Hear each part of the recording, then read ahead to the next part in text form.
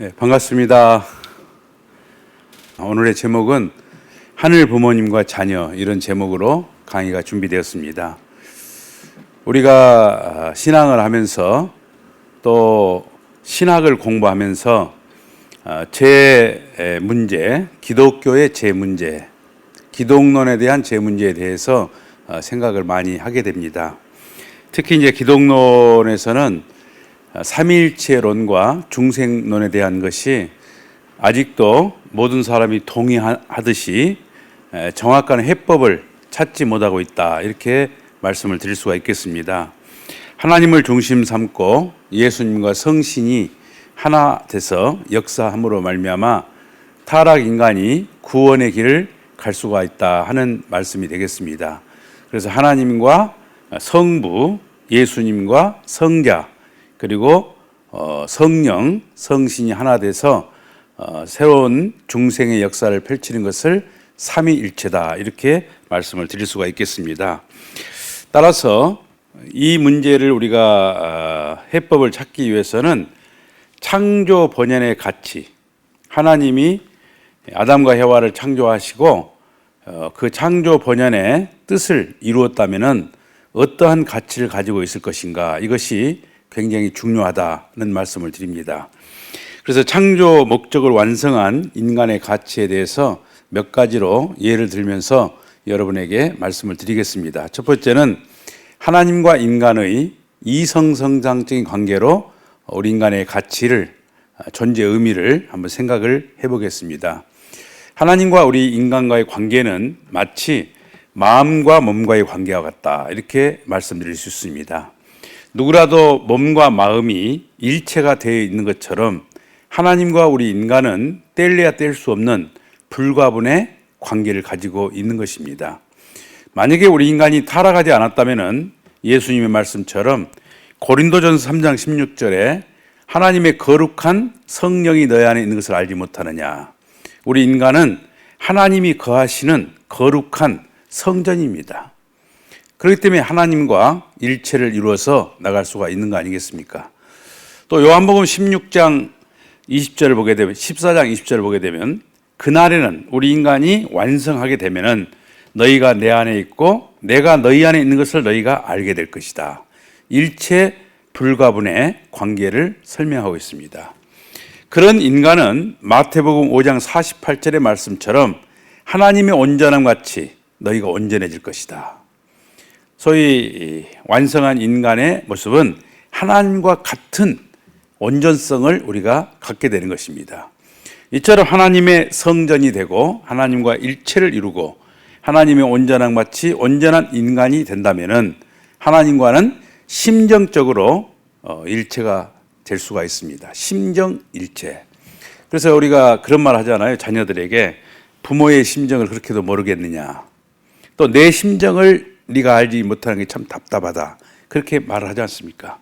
그런데 우리 인간이 완성했다면은 하나님과 완전한 심정일체를 이루고 하나님이 신성을 가지고 있는 것처럼 우리 인간도 인성만 가지고 있는 것이 아니고 하나님의 신성을 상속받게 됩니다. 그래서 누구라도 신령한 사람이 돼요. 그 사람의 말이 굉장히 신령하고 그 사람의 삶이 신령하고 그 사람이 나를 바라보는 그런 눈빛과 시선이 참으로 심정적으로 따뜻하고 신령한 모습으로 우리가 살아가게 되어 있습니다. 이런 인간을 한마디로 말씀을 드린다면 하나님적인 가치다. 우리 인간이 완성을 했다면 하나님과 같은 가치를 갖게 된다. 모든 부모는 자식이 자신보다 더 낫기를 바랍니다. 그러지 않습니까? 이게 부모의 심정 아니겠어요? 그러니까 하나님도 아담과 해와를 창조하시고 아담과 해와가 하나님보다 더 낫기를 바랬어요. 그러니까 아담과 해와가 하나님의 뜻을 성취했다면은 하나님과 같은 가치를 갖는 것이 우리 인간의 정체성입니다. 그러니까 우리 인간은 그야말로 하찮은 그런 존재도 아니고 또 타락함으로 말미암아 아무런 의미가 없는 것처럼 해석이 되고 있지만은 하나님의 뜻을 이어받아서 자기 스스로가 완성되었다면은 하나님과 같은 그야말로 최고의 가치를 갖는 것이 우리 인간이다 하는 것을 알 수 있습니다. 두 번째는 인간 창조의 목적성을 가지고 한번 소개를 해봅니다. 하나님이 우리 인간을 창조하신 것은 기쁨 때문이다 그랬습니다. 기쁨이라고 하는 것은 상대를 통하지 않고는 실체화될 수가 없습니다. 그렇잖아요? 아무런 대상도 없는데 혼자서 기뻐한다. 그 기쁨은 굉장히 허한 거죠. 그러니까 대상을 통해서 구체적으로 기쁨을 느낄 때 그 기쁨이 실체적으로 느껴지는 거 아니겠습니까? 그러니까 하나님은 우리 인간을 사랑의 파트너로 지으셨고 기쁨의 대상으로 지으셨다 하는 것을 알 수 있습니다. 그런데 모든 인간은 같은 사람이 없다는 거예요. 개성진리체예요. 파도가 천년 말년 치지만 밀려오지만 같은 파도가 없고 바람이 계속 불어오지만은 같은 바람이 없습니다. 마찬가지로 인간은 같은 사람이 없다는 거예요. 나와 같은 사람은 과거에도 현재에도 미래에도 나밖에 없는 거예요. 그러니까 나를 통해서 기쁨을 얻고자 하신 하나님의 모습을 바라보게 되면은 하나님은 개성체의 주체적 이성성상을 가지고 있다. 모든 사람이 가지고 있는 속성, 모든 사람이 가지고 있는 개성체를 주체적으로 가지고 있는 분이 누구냐? 하나님이시다는 거예요. 그러니까 나는 누군가 하나님의 그러한 개성을 닮아난 존재예요. 그러니까 나를 통해서 얻고자 하는 하나님의 그 소망은 나를 통하지 않고는 안 되는 거예요. 다른 사람을 통해서 나를 창조하신 하나님의 뜻을 성취할 수는 없다는 것입니다. 그러니까 내가 잘났느냐 못났느냐 그것은 굉장히 무의미합니다. 내가 하나님 앞에 어떤 존재이며 하나님과 나의 관계 속에서 내가 어떤 의미를 가지고 오늘을 살아가는가 이게 중요하다는 거예요. 그래서 이성성상의 실체로 전개된 개성체로서 하나님 앞에는 나 외에 나를 창조하신 뜻을 이루어 드릴 분은 없다. 그래서 인간의 가치를 얘기할 때는 유일무이한 가치다. 유일무이한 가치다. 이렇게 말씀을 드릴 수 있습니다. 과거에 청파동에서 예배를 드리게 되면은 새벽에 가도 자리가 없습니다. 새벽 4시에 가면 그 청파동 언덕이 우리 그 식구들로 꽉 차서 올라가요. 그러니까 신앙이 좋은 권사님들이 앞자리를 앉으려면은 그 전날 철야를 합니다. 그 전날 추운데 앞자리를 지키고 있는 거예요. 근데 그런 원로 권사님 중에서 매일 앞자리를 앉으시니까 아버님께서 하신 말씀이 왜 못생겨가지고 재수없이 노인네가 앞에 앞에서 맨날 앉아 있냐고. 이렇게 하니까 막 웃었어요, 다. 또 그분도 웃었어요. 근데 그 다음날 가니까 똑같은 말을 하는 거예요. 그 다음날 가니까 또 똑같은 말을 하는 거예요. 3일째 그런 말을 들은 권사님은 굉장히 고민에 빠졌습니다. 그래서 집에서 기도하면서 하나님께 여쭤봤대요. 왜 나를 이렇게 못생기게 창조를 하셔가지고 못생긴 것도 서러운데 내가 좋아하는 그 스승 가까이도 가지 못하게 합니까? 이렇게 간절히 울면서 기도를 했더니 음성이 들려오기를 잘난 것도 내 형상이요 못난 것도 내 형상이다. 네가 잘났건 못났건 그것은 나를 닮은 것이다. 너를 창조하고 너를 바라보며 기뻐하는 내 마음을 그 누구도 대신할 수는 없는 것이다. 이런 음성을 응답으로 받습니다. 그래서 자신감을 가지고 그 다음날 아침에 제일 앞자리에 앉았더니 왜 또 왔어? 그러니까 잘난 것도 내 형상이요 못난 것도 내 형상인 것을 이제야 알게 되었습니다. 이렇게 얘기하니까 문선명 총재님께서 깔깔 웃으면서 으하하하 할망구가 제대로 받았구만. 얼마나 통쾌합니까? 숙제를 냈는데 하나님이 어떤 분인가라고 하는 것을 전체 앞에 공감할 수 있도록 관심을 집중시켜서 숙제를 냈는데 권사님이 정답을 가져오신 거예요. 그렇다고 잘났냐 못났냐를 가지고 식구를 평가하고 비판하면 안 된다고. 식구를 미워하면 하나님을 미워하는 것이고 식구를 판단하면 하나님을 판단하는 거야. 우리 모두는 누구냐? 하나님이 가장 사랑하는 성품과 소성을 가지고 태어난 하나님의 자녀들이다 이거예요. 아주.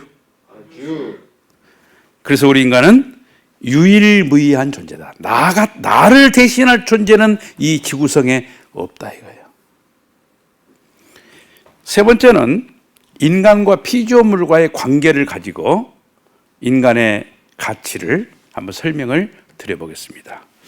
우리 원리에서 말하기를 이 피조 만물 세계는 무형실체 세계와 유형실체 세계로 되어 있다. 그 두 세계를 이름하여 천주라고 하고 우리 인간의 마음을 실체로 전개한 것이 무형실체 세계라면 우리 인간의 육신을 실체로 전개한 것이 유형실체 세계입니다. 그러니까 인간을 전개해 놓은 것이 우주예요. 그러니까 그 우주, 그 천주를 축소해 놓은 것이 뭐냐면 우리 인간입니다. 그래서 우리는 누구냐? 소우주예요. 내가 걸어가는 것은 우주가 움직이고 있는 거예요. 그렇게 존귀한 존재다 이거예요. 그래서 원리에서는 뭐라고 얘기합니까? 천주를 총합한 실체상이다. 무형실체 세계와 유형실체 세계를 천주라고 하는데 그 천주를 총합해 놓은 실체적 존재가 누구냐? 인간이다 이거예요. 또 하나님께서는 생육하고 번성하여 만물을 주관하라 그랬습니다. 주관이라고 하는 것은 대상의 가치를 드러내는 거예요. 그러니까 지도자가 따르는 제자들을 주관한다는 말은 그 제자가 가지고 있는 특성과 리더십과 소성을 다 알아가지고 그 제자가 가지고 있는 영향력을 100% 발휘할 수 있도록 하는 리더십. 이게 주관이에요. 그럼 어떻게 주관할 것인가? 육적인 오관을 가지고는 자연계를 주관하고 영적인 오관을 가지고는 영계를 주관하는 겁니다. 하나님은 우리 인간을 실체로 세워서 자연계와 영계, 무형실체 세계와 유형실체 세계, 이 천주를 주관하도록 만들었다 이거예요. 그러니까 우리 인간이 하나님과 일체를 이뤘다면은 천하를 주관하는, 천하의 가치를 드러내는 천주의 실체상이요, 총합 실체상이요, 그 천주의 주인이에요. 또한 영계와 육계는 비유가 맞을지 모르겠습니다만은 마치 물과 기름과 같아서 하나 될 수가 없는 거예요. 영적인 세계와 물질적인 세계는 전혀 다른 차원이 다른 세계예요. 그런 세계를 지어 놓으시고 정말 하나님은 얼마나 멋있고 얼마나 그 상상력이 풍부하시고 그런 영계와 육계를 하나로 할 수 있는 존재를 지었어요. 그게 누구냐? 인간이에요. 왜? 인간은 물질로 된 육신이 있고 영으로 된 영인체가 있잖아요. 그러니까 육신과 영인체가 일체를 이루게 되면 영계와 육계가 하나가 되는 거예요. 4월이 봄 아니겠습니까? 봄이 되면 생명이 솟아납니다. 생명이 솟아날 때 땅이 위로 올라오는 느낌을 갖는데요. 그리고 하늘은 가까워지고 땅은 솟아오르고 하늘은 내려와서 생명을 잉태한다는 거. 이게 봄이에요. 그러니까 우리 인간이 완성했다면은 영계와 육계가 완전히 일체가 되는 거예요. 인간을 중심 삼고.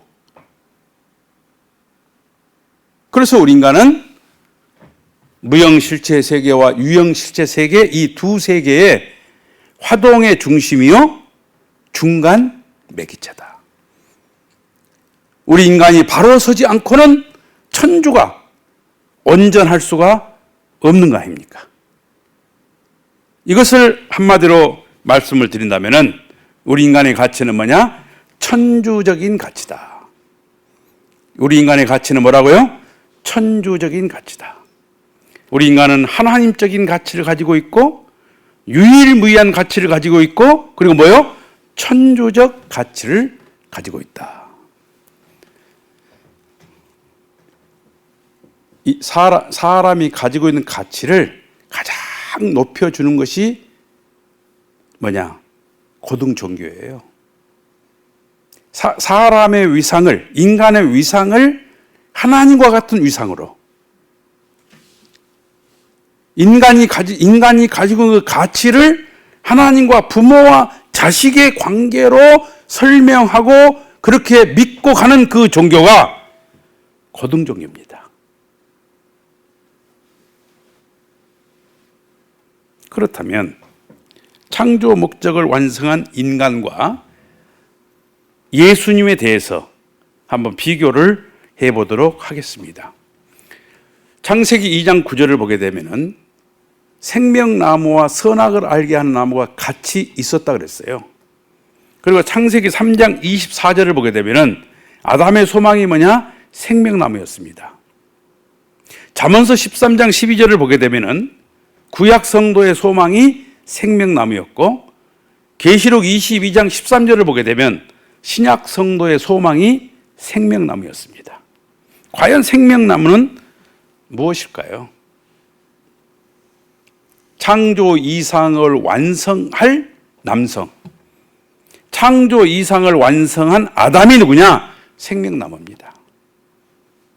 근데 아담은 타락함으로 말미암아 창세기 3장 24절의 말씀처럼 두루두는 그룹들과 하얀검으로 가는 길이 막혔어요.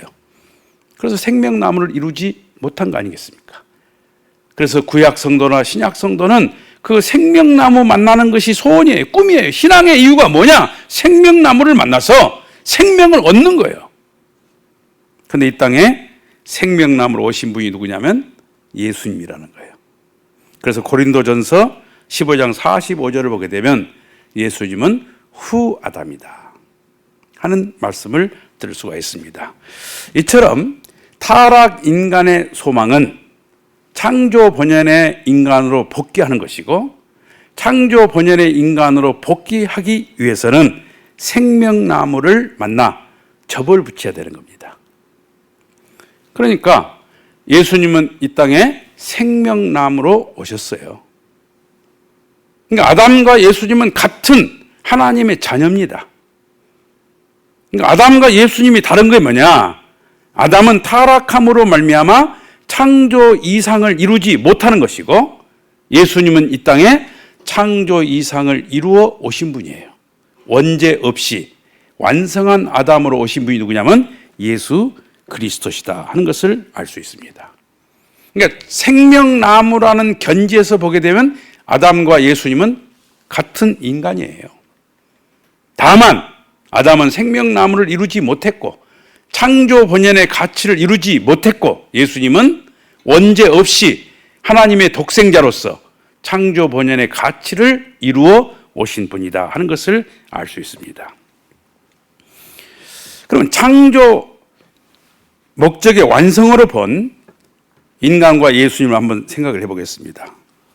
우리 화면에 나와 있는 것처럼 우리 인간의 가치는 뭐라 그랬죠? 하나님적인 가치를 가지고 있고 유일무이한 가치를 가지고 있고 천주적 가치를 가지고 있다. 인간을 이보다 더 높게 설명할 수가 저는 없다고 봅니다. 그렇잖아요? 지고지순한 분이 하나님 아니십니까? 그 하나님과 같은 가치를 가지고 있다는 거 아니에요? 그리고 나라는 존재는 나밖에 없어. 유일무이해. 아니, 하늘과 땅을 대신할 수 있는 천주적 가치를 가지고 있어요. 그러니까 예수님이 하나님의 독생자라고 했을 때 이러한 가치 이상의 것을 소개할 수 있는, 형용사를 붙일 수 있는 그 내용이 있느냐 반문을 했을 때 그럴 수는 없다는 거예요. 따라서 예수님은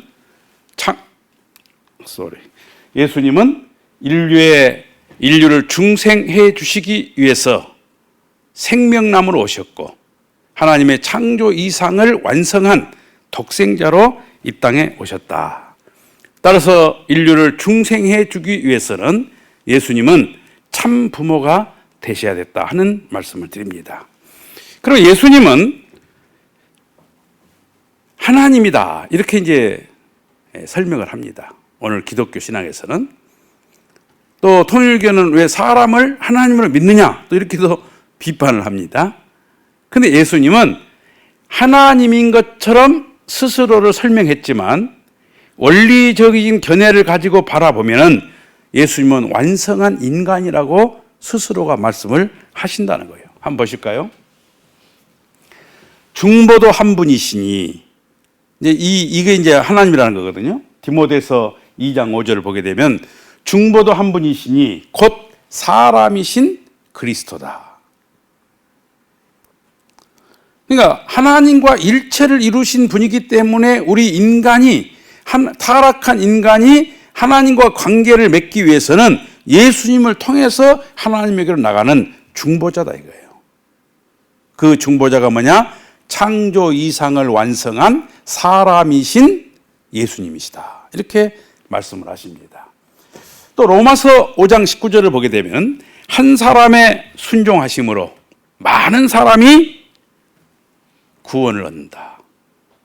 그러니까 예수님이 하나님 앞에 절대 순종함으로 말미암아 예수님을 믿고 따르는 자가 구원을 받고 의인이 된다. 의인. 하나님을 절대적으로 믿고 따르는 자를 의인이라고 해요. 믿음이 절대적일 때 의롭다 그럽니다. 그래서 노아를 보고도 의인이라고 그랬잖아요. 한 사람의 순종함으로 말미암아 많은 사람이 의인이 된다. 또 고린도전서 15장 21절을 보게 되면 죽은 자의 부활도 사람으로 인하여서 행해진다. 사람인 예수님을 말하는 거예요. 죽은 자의 부활도 사람으로 말미암는도다. 이렇게 말씀을 하십니다.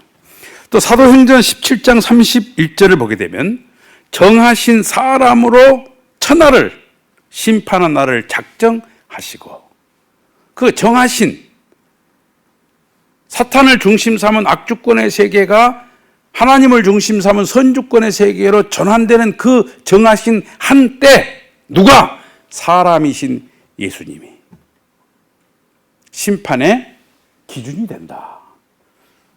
누가복음 17장 26절을 보게 되면 노아의 때에 된 것 같이 인자의 때에도, 사람을 말합니다. 인자의 때에도 그러하리라.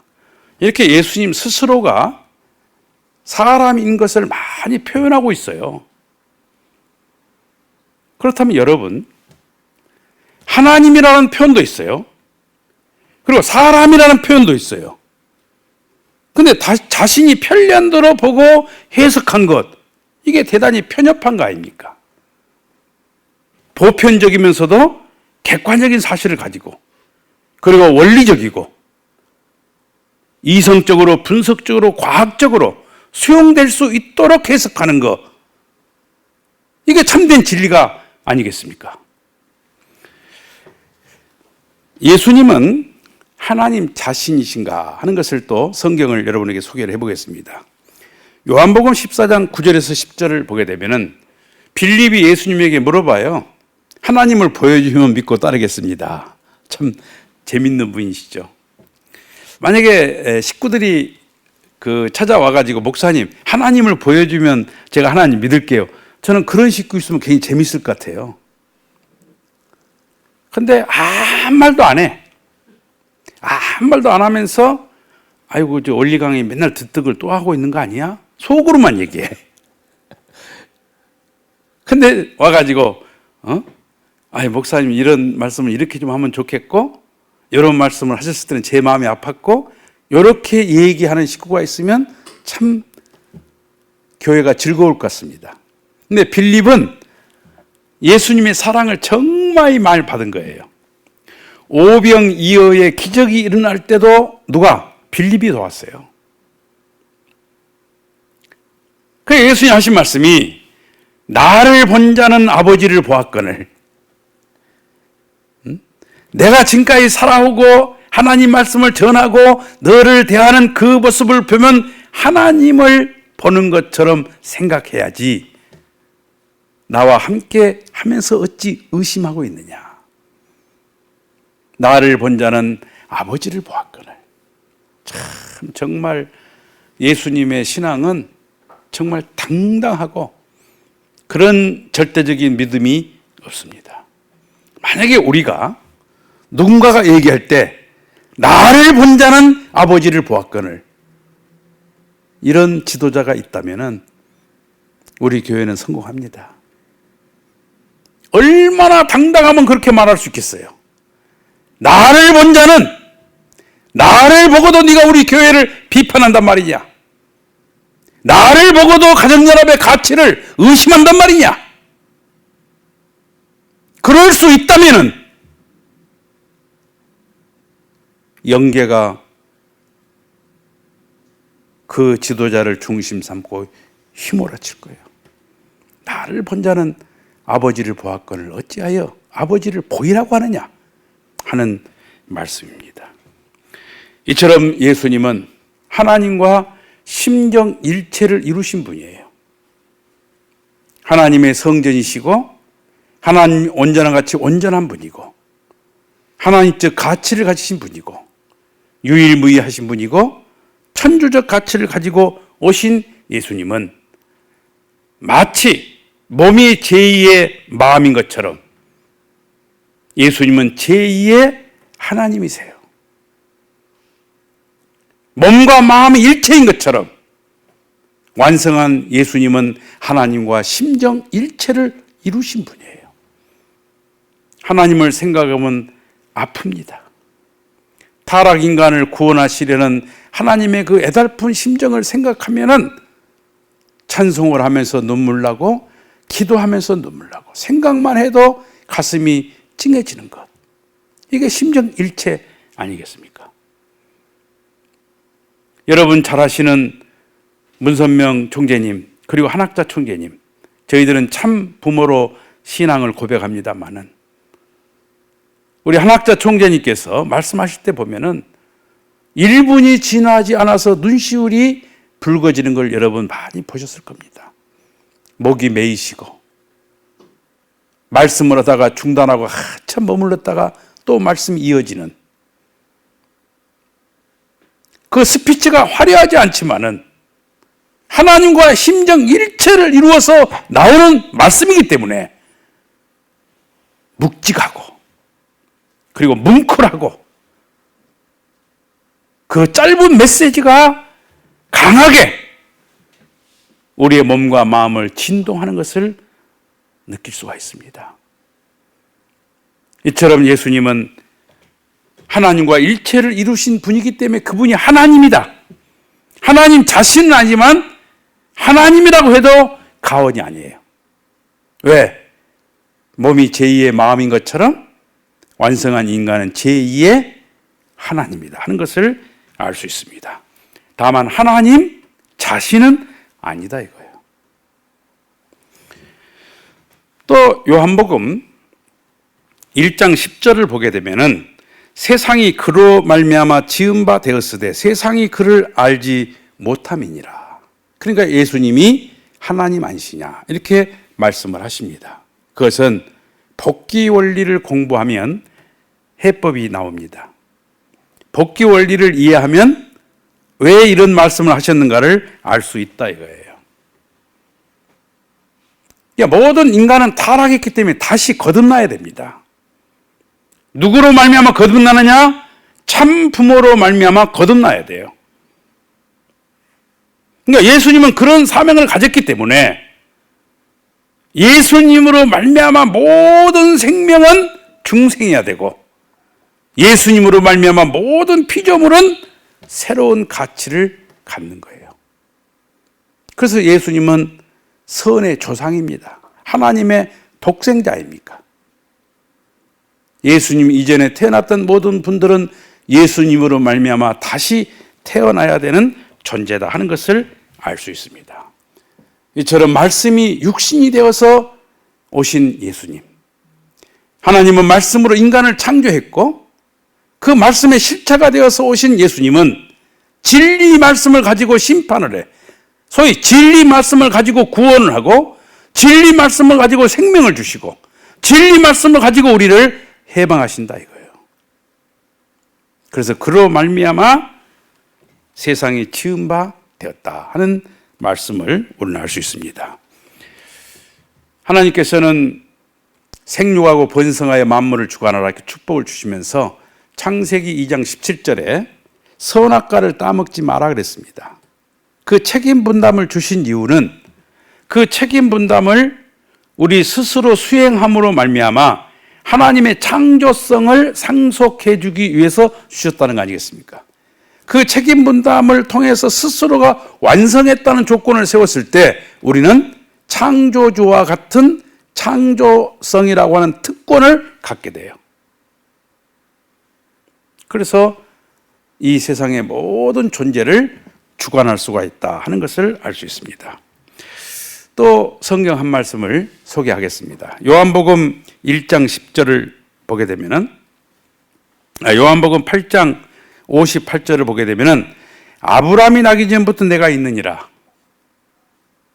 그러니까 하나님 아니시냐 이렇게 얘기하는데 제가 말씀을 드렸듯이 혈통적으로 보면은 예수님이 아브라함의 후손입니다.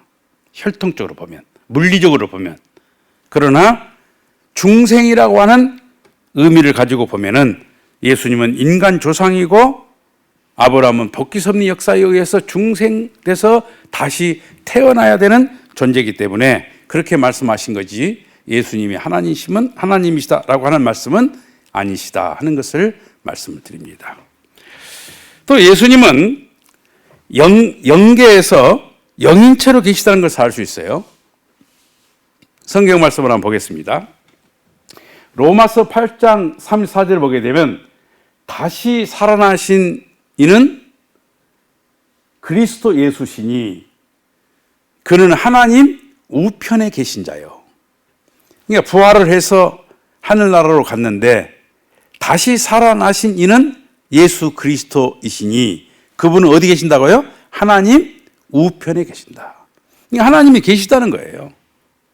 부활한 예수님이 하나님이 아니시고 예수님은 하나님 우편에 계신다. 또 마태복음 27장 46절을 보게 되면 엘리 엘리 라바 사박다니 십자가상에서 부르짖어 기도를 하십니다. 하나님 아버지 어찌하여 나를 버리시나이까? 그렇다면 여러분, 버리는 하나님은 누구일 것이며 버림받은 예수는 누구이겠습니까? 저는 하나님과 예수님은 분명히 다른 존재로 의미를 설명할 수가 있다. 또 말씀하시기를 요한복음 17장 1절을 보게 되면 아들로 아버지를 영화롭게 하소서. 아들로 아버지를 영화롭게 하셔서 이렇게 말씀을 하십니다. 이 말씀을 중심 삼고 보더라도 예수님은 하나님 자신이 아니다 하는 말씀을 결론적으로 드릴 수가 있겠습니다. 그러면 이제 창조 본연의 인간과 창조 목적을 완성한 인간과 예수님을 비교했는데 우리 타락한 인간과 예수님은 어떤 관계성을 가지고 있을까요? 한번 설명을 드려보도록 하겠습니다. 예수님은 이처럼 하나님과 심정일체를 이루어서 피조 만물 세계의 주관주예요. 창조 본연의 가치를 이루어 완성된 분이시기 때문에. 그래서 하나님의 심정을 언제라도 체휼하면서 사신 분입니다. 그래서 눈물이 많았고 예루살렘 성벽을 바라보고 암탉이 날개 아래 병아리를 모으려 한 것처럼 내가 너희를 품으려 한 적이 몇 번이더냐. 그러나 너희가 나를 원치 않는구나. 그 기도를 하면서 얼마나 우셨던지. 그 기도한 자리에 이스라엘을 가보면 주가 울었던 교회라는 교회가 있어요. 주님이 울었던 교회. 얼마나 아픕니까? 그곳을 성지순례간 분들이 찬송을 하면서 영광의 주를 찬양합니다. 그러나 저는 통곡을 했습니다. 아골 골짜기처럼 많은 무덤이 있는 그곳에서 예루살렘 성 안에 들어가지도 못하신 채 그 예루살렘의 성을 어루만지며 예루살렘아 예루살렘아 암탉이 날개 아래 병아리를 모으려 한 것처럼 내가 너희를 모으려 한 적이 몇 번이더냐. 그러나 너희가 원치 않는도다. 1965년 문선명 총재님과 한학자 총재님은 그곳에 가셔서 2시간 동안 통곡을 하셨대요. 하나님 아버지, 예수의 그 심정을 누가 위로할 자가 있겠습니까? 그리고 오른쪽으로 200m의 거리에 올리브 나무를 심었고 그것이 이스라엘의 우리 성지입니다. 이처럼 예수님은 하나님의 심정을 전하기 위해서 말 못하는 성벽을 붙들고 우셨어요. 예수님이 입을 열면 통곡이 벌어졌어요. 왜? 하나님과 심정일치를 이룬 분이에요. 하나님의 뜻을 알아요. 하나님이 인간을 구원하기 위해서 수천 년 역사 동에 외롭게 찾아오신 그분의 마음을, 그분의 심정을 알기 때문에 자신의 생명을 내어주고서라도 하나님의 사랑을 증거하고 싶었던 사랑하는 외아들 예수님이셨어요. 하나님의 심정을 알고 하나님의 뜻을 알고 그리고 사탄이 침범할 수 있는 불가침의 원죄가 없는 모습이었고 그리고 천사들까지도 주관할 수 있는 그런 하나님의 아들이십니다. 이게 예수님 가치예요. 그렇다면 타락한 인간은 어떨까요? 하나님을 모릅니다. 하나님을 아무리 소개해도 벽창호처럼 말씀을 듣고 금방 돌아서면 잊어버려요. 왜? 말씀이 머무를 수 있는 토양이 없는 거예요. 타락성이 너무 강하기 때문에 사랑한다고 말하면서 시기하는 거예요. 용서한다고 말하면서 마음의 응어리를 남기는 거예요. 이게 우리 아닙니까? 내가 나를 어찌할 수 없는, 아니 내가 나를 믿을 수 없는 그런 타락성을 우리는 가지고 있다 이거예요. 하나님의 심정과 일체를 이루지 못하고 아주 먼 거리에서 하나님을 바라보는 존재입니다. 타락성 근성이 내 마음을 부여잡고 있는 존재예요. 그렇기 때문에 예수님께서는 중생하지 않으면 하나님의 나라에 갈 자가 없다고 얘기한 거예요. 우리 타락한 인간은 참부모를 통해서 원죄를 청산하고 탕감복귀 역사를 통해서 심정을 채우라고, 그 심정을 채우라고 해서 우리가 만물복귀를 얼마나 많이 했습니까? 꽃파리를 하고 인절미를 팔고 문전박대를 당할 때 통곡을 하면서 이 심정이 바로 하나님의 심정이었구나.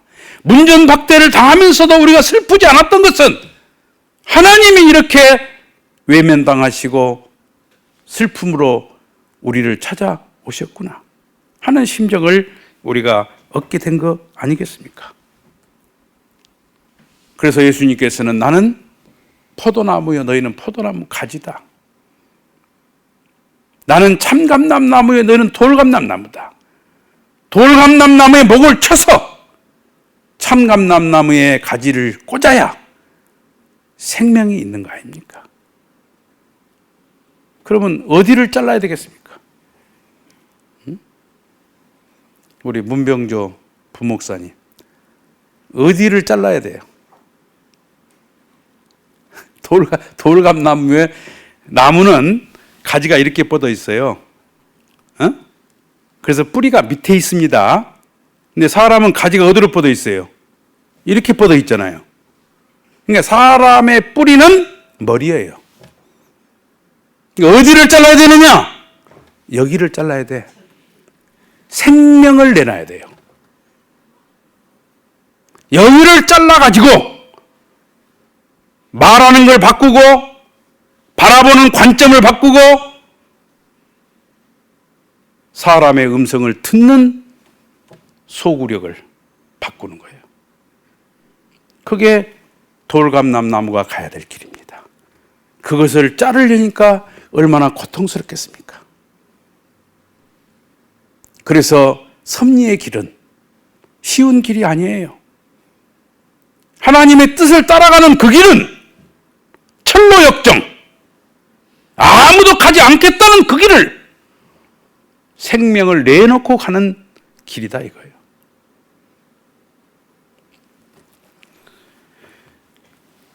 고린도전서 15장 23절을 보게 되면은 먼저는 첫 열매인 그리스도요, 다음은 그리스도 재림하실 때 그때 그에게 붙은 자요, 그에게 접을 붙인 자요, 이렇게 말씀을 하십니다.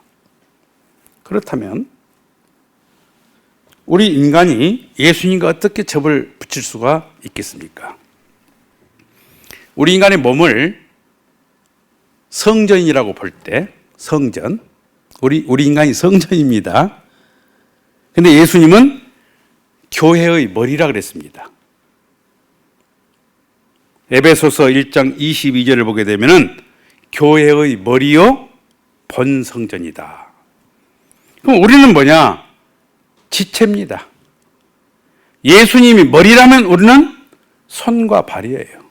손과 발은 머리에서 명령한 대로 움직이는 거예요. 예수님이 본성전이라면 우리는 뭐냐? 분성전이에요.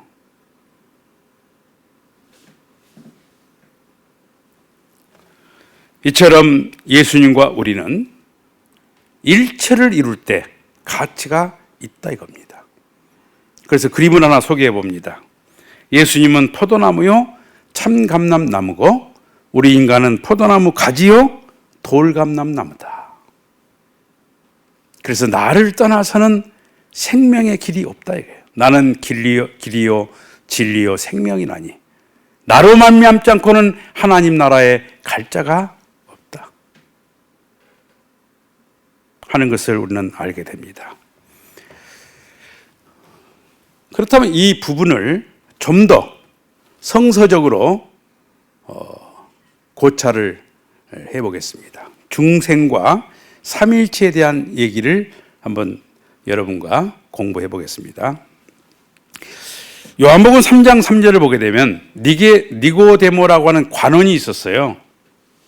그러니까 이분이 참 용기가 있는 그런 분이었던 것 같습니다. 많은 지식이 있고 어떤 그런 우리나라로 말하면 권력을 가진 그런 지도자였습니다.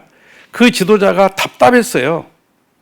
많은 지식을 알고 있었지만은 미래에 대한 꿈이, 미래에 대한 희망과 소망이 답답했어요.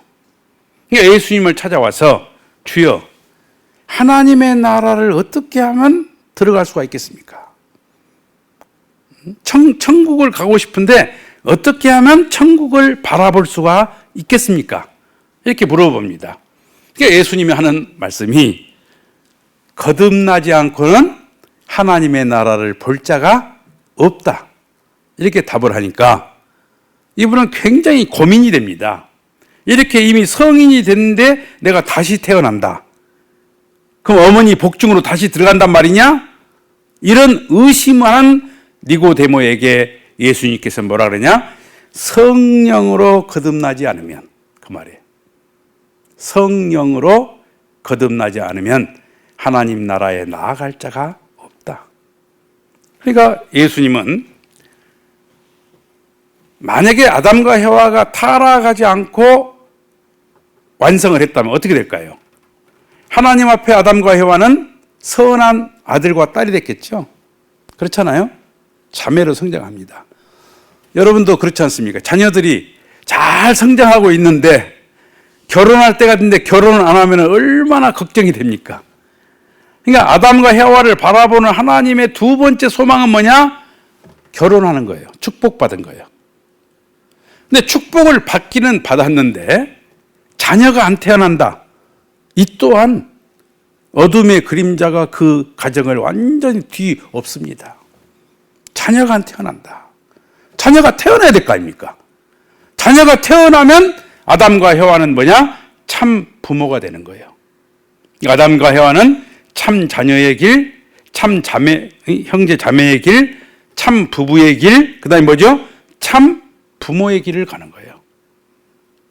근데 타락함으로 말미암아 하나님의 자녀가 되지 못했고 하나님의 축복받은 가정이 되지 못했기 때문에 참부모가 되지 못한 거 아닙니까? 그러니까 예수님이 이 땅에 오실 때는 참 부모로 오신다 이거예요. 예수님은 참 아버지가 되고 참 어머니를 만나야 되는데 어린 양 잔치를 못한 거 아닙니까? 어린 양 잔치를 못했기 때문에 40일 동안 부활하면서 마가의 다락방에서 40일 동안 사탄을 완전히 분립함으로 말미암아 40일째 되는 날 성신이 강림을 해서 영적 참부모가 됩니다. 그 영적 참부모로 말미암아 모두가 새롭게 태어나서 새로운 능력을 받아가지고 12제자가 하나님 말씀을 전하기 위해서 생명을 내놓는 거 아니겠습니까? 그것이 기독교의 출발 아닙니까?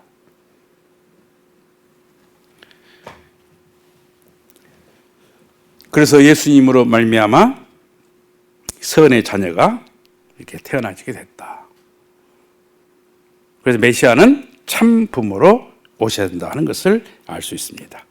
그래서 베드로전서 1장 3절을 보게 되면은 하나님 아버지께서 우리를 거듭나게 하시고 고린도서 15장 45절을 보게 되면 예수님은 후 아담으로 오셨으며 이사야서 9장 6절을 보게 되면 영존하신 아버지의 영광으로 왔다.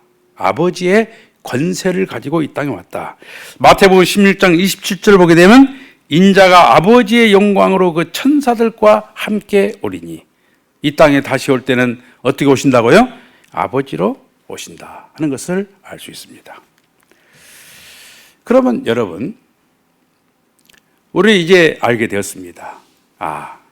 하나님의 모습을 닮아난 아담과 해와는 참 부모가 되어야 되고 타락함으로 말미암아 참 부모가 되지 못함으로 말미암아서 참된 가정을 이루지 못했다 하는 것을 알게 되었습니다.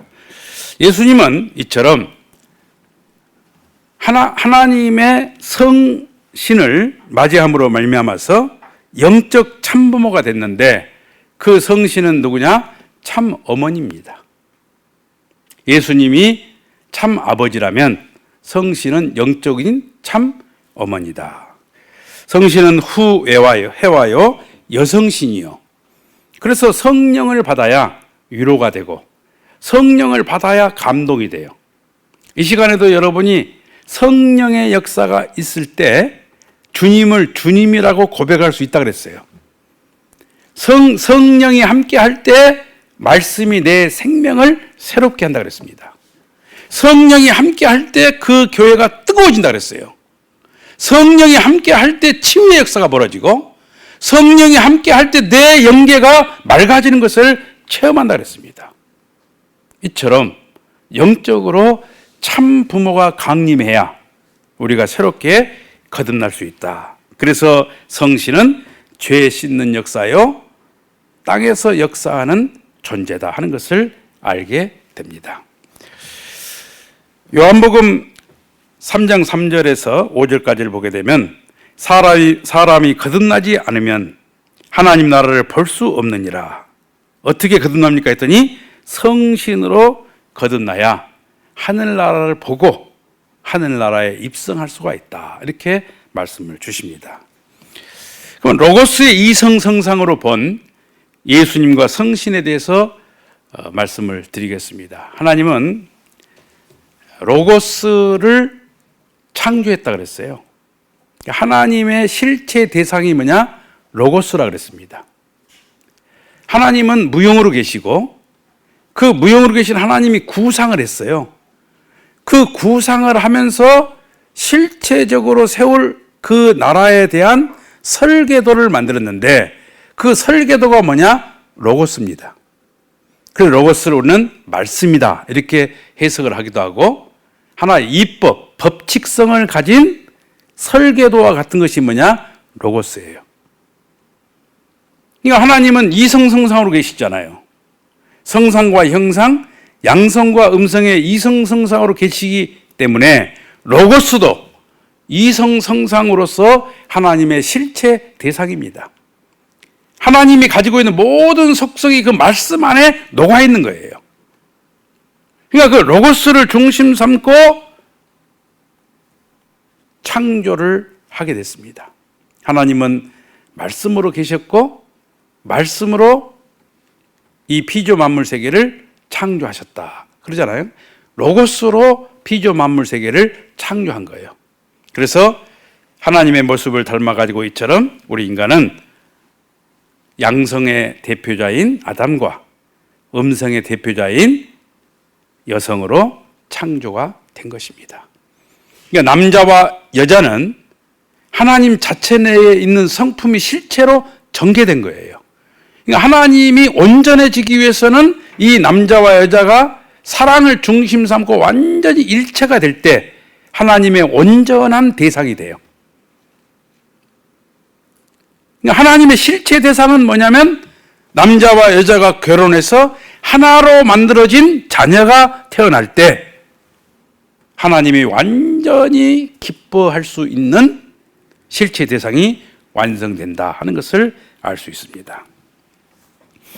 그러면 아담과 해와는 제가 말씀을 드렸듯이 참 아버지와 참 어머니가 되시는데 참 아버지는 뭐냐면 성서에서는 생명나무로 비유를 했어요. 참 어머니는 뭐죠? 선악을 알게 하는 나무로 비유했단 말이에요. 그러니까 생명나무는 뭐냐? 아버지인 거예요. 선악을 알게 하는 나무는 뭐냐? 창조 이상을 완성할 어머니인 거예요. 그러니까 하나님 성품 속에는 이처럼 아버지만 있는 거 아니고 뭐가 있어요? 어머니가 있다는 거예요.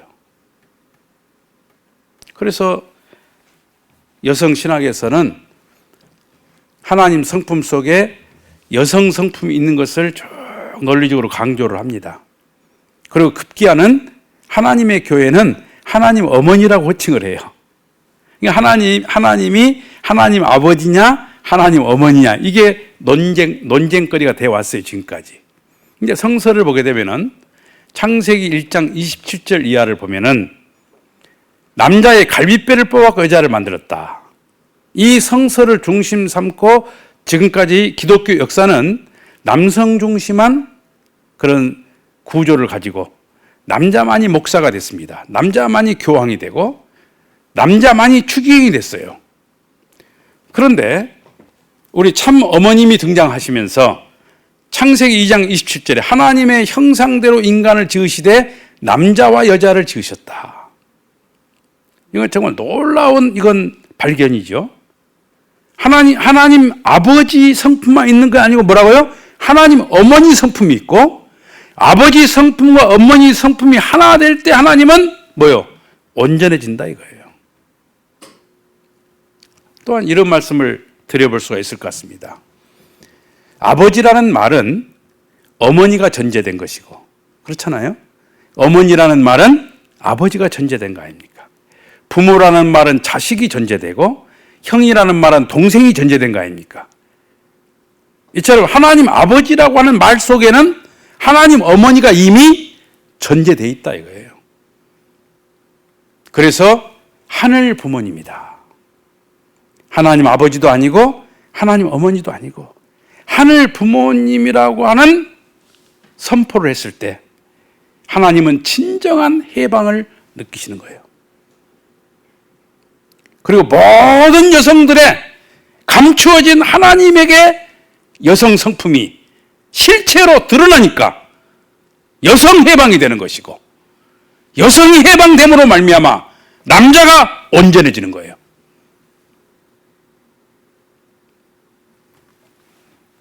그래서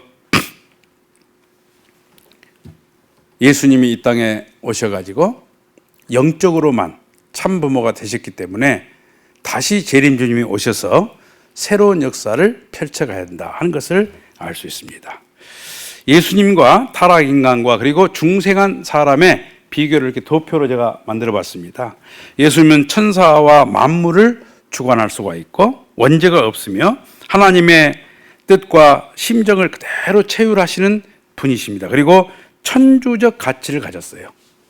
그러나 타락한 인간은 천사보다 천한 자리에 있으며 원죄가 있고 하나님의 뜻과 심정을 모르기 때문에 뜻을 중심 삼고 보면은 무가치한 존재다.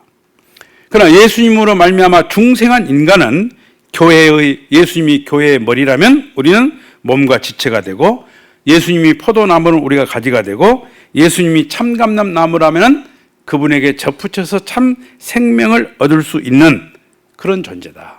예수님이 첫 열매라면 우리는 그 다음에 결실해야 될 열매다 하는 것을 알 수 있습니다.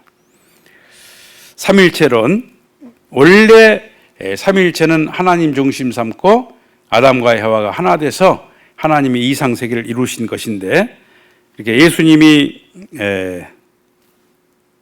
영적으로 부활하심으로 말미암아 영적 삼일체가 이루어졌습니다. 하나님이 임잡고 예수님과 성신이 하나 돼서 영적 자녀를 중생시키는 것입니다.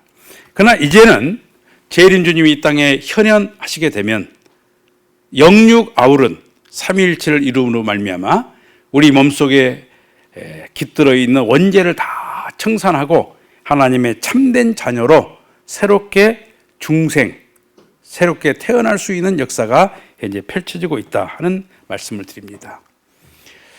여러분이 사랑하고 또 존경하는 한학자 총재님께서는 제가 말씀을 드렸던 것처럼 하늘 부모님 성회를 출범시키시면서 모든 정치, 경제, 문화, 조직은 이 하늘 부모님 성의 아래로 다 들어와야 된다. 왜? 하나님이 부모니까 모든 자녀들이 여기에 모여들어야 된다. 그래서 성회, 커뮤니티, 하나의 공동체다 이거예요. 그러니까 하나님을 중심 삼고 천주적인 대가족을 형성할 때가 됐다. 이렇게 선포를 하니까 참으로 의로운 자들이 한학자 총재님을 뭐라고 말하냐면 독생녀다. 하나님의 독생녀다. 그리고 이런 하나님의 해방을 선포하고 인류가 가야 될 방향성을 대전제하고 선포하신 저 분이야말로 실체 성신이다. 전 세계 지도자들이 그 평화 세계로 가는 그 길목에서 한학자 총재님을 만나서 말씀하시기를 저분은 평화의 여왕이다. 공산세계와 민주세계, 그리고 남자와 여자, 동서를 막론하고 하나 되지 않고는 하나님의 뜻을 받들 수 없다는 그분의 메시지를 듣고 그분을 얘기할 때 통일의 어머니다. 이렇게 말씀을 하십니다. 사랑하고 존경하는 식구님 여러분, 그리고 평화의 원 여러분, 우리는 그러한 참 스승을 만났습니다. 독생녀여 실체 성신을 만나서 그분에게 직접 지도를 받고 그분의 사랑을 받고 그분의 말씀 앞에 내가 응답하면서 오늘을 살아가고 있다고 하는 것, 이것이 얼마나 내 스스로가 긍지를 갖고 또 자부심을 갖고 당당하게 오늘을 살아갈 수 있는가 생각할 때 우리 모두는 행복한 하나님의 하늘 부모님의 자녀들이다. 이렇게 결론을 맺으면서 오늘 제 강의를 마치겠습니다. 여러분 감사합니다.